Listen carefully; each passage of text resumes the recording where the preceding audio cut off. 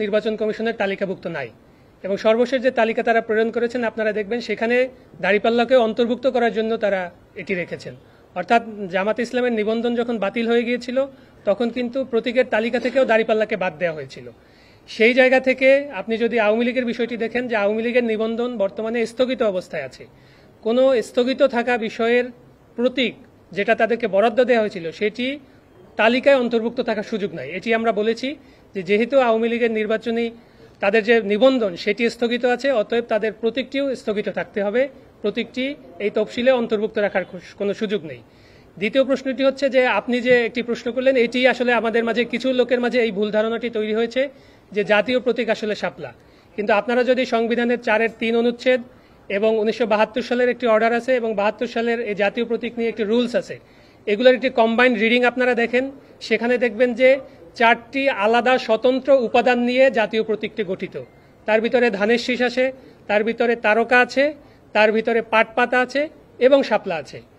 এই 4টি আলাদা উপাদানের মধ্যে ধানের শীষ আপনারা জানেন ইতিমধ্যে বাংলাদেশ জাতীয়তাবাদী দল বিএনপির প্রতীক, তারকা একটা দলের প্রতীক এবং পাট পাতা সোনালী আঁশ আর একটা দলের প্রতীক আছে। এছাড়াও জাতীয় ফুল হিসাবেও যদি আপনি এটাকে ট্রিট করেন, জাতীয় ফল কাঁঠাল আরও অন্য একটি নিবন্ধিত দলের প্রতীক হিসাবে রয়েছে। তো আমাদের এইখানে যে মিসকনসেপশনটি বারবার হচ্ছে যে জাতীয় প্রতীককে শাপলা হিসাবে ব্র্যান্ডিং করা হচ্ছে, কিন্তু জাতীয় প্রতীক আসলে শাপলা নয়। জাতীয় প্রতীক হচ্ছে 4টি আলাদা আলাদা উপাদানের সমন্বয়ে গঠিত একটি প্রতীক এবং সেখানকার মাপ কি হবে, সেখানকার রং কি হবে, সেখানকার ব্যাসার্ধ কি হবে, ব্যাসার্ধর রং কি হবে, এগুলো সবই 1972 সালের যে অর্ডারের শিডিউল এবং 72 সালের যে রুলস সেটার অ্যাপেন্ডিক্সের মাধ্যমে এটি সম্পূর্ণভাবে স্পষ্ট করা আছে। আমি আপনাদেরকে অনুরোধ করব যে সেগুলো আপনারা দেখবেন এই ব্যাখ্যাগুলো দেওয়ার আগে এবং সেগুলো দেখেই এই ব্যাখ্যাগুলো দিবেন। এটার ব্যাখ্যা হলো 3টা প্রতীক আসলে আমরা চাইনি। আপনারা যেটা দেখবেন যে নির্বাচন কমিশনের যে একটা প্রেসক্রাইব ফর্ম ছিল সেখানে দফা 6 উল্লেখ করা ছিল যে আপনারা দল হিসাবে কোন প্রতীক আপনাদের বরাবরে সংরক্ষণের জন্য আবেদন করেন। সেখানে আমরা শাপলাকে আবেদন করেছিলাম। আমরা আরও অপশন হিসাবে দ্বিতীয় এবং তৃতীয় আরও 2টা অপশন দিয়েছিলাম, কিন্তু শুরু থেকেই আমাদের প্রধান এবং একমাত্র লক্ষ্যই ছিল শাপলাকে প্রতীক হিসাবে আমাদের পক্ষে সংরক্ষিত রাখা যেন হয় সেটির ব্যবস্থা করা।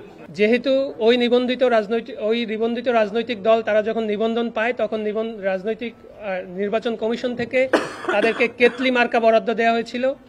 তারা যদি নতুন করে আবার এই প্রতীকটি চেঞ্জ করতে চায় তাহলে তাদের কিছু ফর্মালিটিস আছে, তাদের অনেক বেশি বার্ডেন আছে যেটা আমরা নতুন দল হিসেবে নাই। এইটা তালিকাভুক্ত করে আমাদেরকে বরাদ্দ দেওয়ার জন্য প্রথমত। দ্বিতীয়ত হচ্ছে নির্বাচন কমিশন যখন নীতিগত সিদ্ধান্ত নিয়ে এই বিষয়টি আইন মন্ত্রণালয়ে ভেটিংয়ের জন্য পাঠিয়েছিল যেখানে শাপলাকে রাখা হয়নি, এরপরে কিন্তু ফার্স্ট অ্যাপ্লিকেশনটা নিয়ে আমরাই এসেছি। অর্থাৎ আপনি যদি আইনগত বিষয়টি বিবেচনা করেন তাহলে আজকে এই নীতিগত সিদ্ধান্তটি গ্রহণের পরে নতুন করে কে এই প্রতীকটি বরাদ্দের জন্য আবার আবেদন করলো তার একটা অন্যতম লেজিটিমেট রাইট তৈরি হয়ে যায় এই প্রতীকটি বরাদ্দ পাওয়ার। সেক্ষেত্রে আমরা মনে করছি যে শাপলা পাওয়ার আমাদের কোনো আইনগত